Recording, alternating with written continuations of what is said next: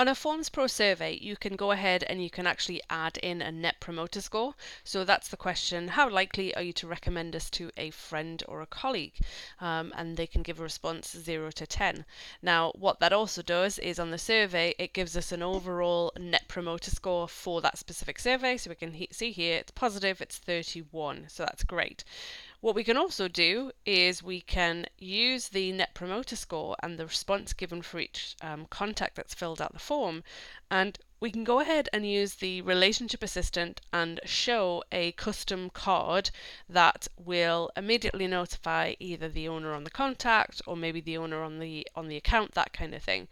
So if we look in Dynamics CE, we can go ahead and we can click on this button that shows the Relationship Assistant, and we can see here we've got Net Promoter Score received, so we can see that information.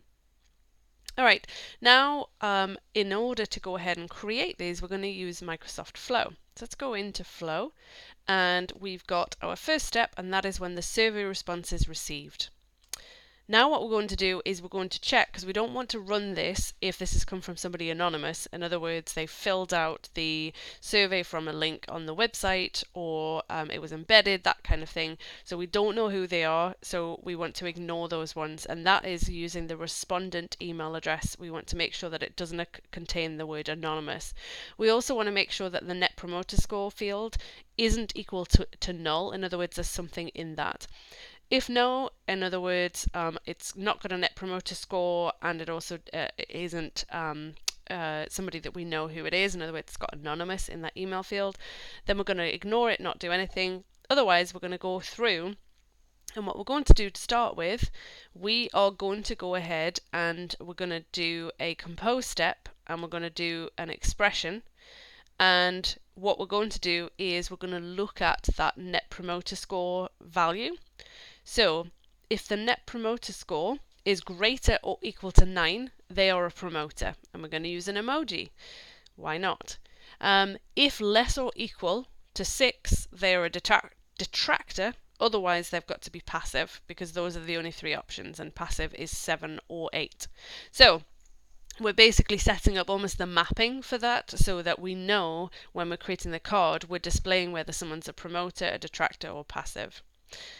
Then what we're going to do is we're going to go ahead and we're going to get the survey. So we want to be able to put the name of the survey in that someone's completed. So we're going to do the get survey and use the survey ID from the trigger step. Then, so that we can put the date and time on the card in a easy to read format rather than the long date and time stamp that we get, we're going to just go ahead and convert the date and time and put in whatever time zone you want and whatever format you want. Then what we're going to do is do the activity parties entity. So this is not something that shows up in the list by default. So if we were to scroll through, it isn't in there. We have to scroll all the way down to the bottom, do enter custom value, and then just type in activity parties, like that. And then we're going to go ahead and do a filter query, and we're going to put activity ID value equals the activity from the very first trigger body step, and the participation mask type mask equals 1, and that means we're getting the contact rather than getting the created or the owner or the sender, that type of thing. We're getting the right person from this activity.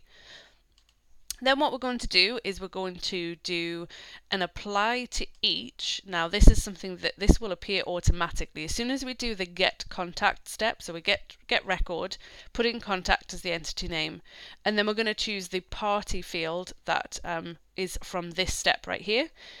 Then what that will do is it will add this apply to each for us. We don't specifically state that, it just happens once we put this in, because this is applied to the list record step.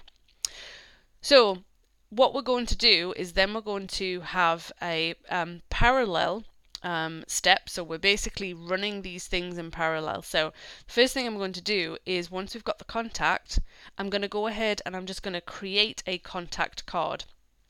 Now this is done if I go ahead and just show you, if I type in card, we've got the Dynamics 365 Sales Insight, and when I click on that we've only got one option, and that's to create a card for the Relationship Assistant. So that's what you're going to choose. And we're going to say Net Promoter Score is received. Then the output is that compose step where we've set whether it's a detractor or a passive or a promoter. So we're going to show that first and then say Net Promoter Score is received. Then we've got the full name from the get contact step, completed feedback on, and then that converted time for the name of the survey, follow up accordingly. Then what we're doing is we're saying the action is to open the entity. The action input entity type ties in with that, and that's the survey response that we're going to get. So that's what we're going to open. The set regarding and the set regarding type, we're setting regarding the contact, and so therefore you put the type. We're displaying to the owner of the contact, and we've got a start date. When is that going to actually show? Now, the other side is not necessary, but it could be that you have owners of contacts being one person, but maybe the account owner, or you might have an account manager field. Then what you can do is, hang on one second, something is missing. There we go. Then what you could do is you could display a different type of card or similar card to the account manager, because you might want them to be able to follow up. So we're basically checking to see if the account is linked to if the contact is linked to an account. So make sure that the company name is equal to null. If yes, do nothing. It means there's no account listed. If not, we're going to get the account, and then we're going to go ahead and do a similar thing, and we're going to create another card, and we could here display it to the owner on the account. We can do the time. We can basically set the regarding type to the accounts, that kind of thing. Okay. So two different cards that we can create, but with that same process, with that survey response that's received, we could create two different cards. All right, so let's go ahead and look at filling out a survey. No, actually, we're going to say this is really bad. We're going to give it 3. Really poor response time. The rep didn't know what they were doing. Bad experience. Okay, so we've put in our bad detractor Net Promoter Score, and I'm going to go ahead and submit that. All right, so now that should go ahead and that should be triggering off our flow. So let's see. Give it a moment. This is where you need to be patient, but I never am. Okay, so it's running. Perfect. All right, so we've got our survey response that's received. We're checking to see if it's anonymous.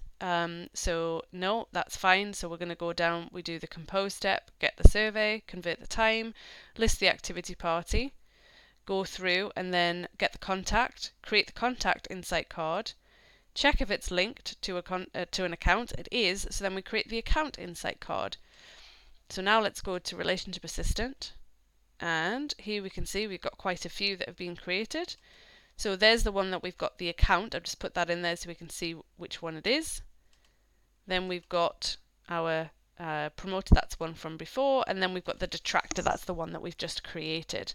So we can see there that it's displayed to me because I'm the owner on all of them, but again, like I said, if you've got a different account manager, you could display this to the account manager and display slightly different information depending on who it is. And there we can see we've got some survey sentiment ones. There's a video about that if you're interested, on how you can use the survey sentiment to see whether it was positive or negative or neutral.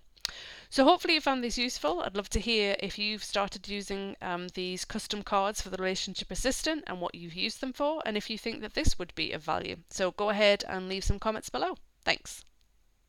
Hi, I'm Megan Walker. Thanks for watching. I hope you enjoyed the video and that you learned something from it. If you don't want to miss out on any other content, you can go ahead and click on my face below to subscribe. And if you want to watch the next video, you can do that by clicking over here and go ahead and get started. Thanks again.